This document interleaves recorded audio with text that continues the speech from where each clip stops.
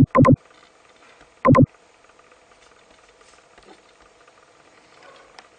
dear student, how are you? Welcome to my YouTube channel. Today's topic is very important topic of international relations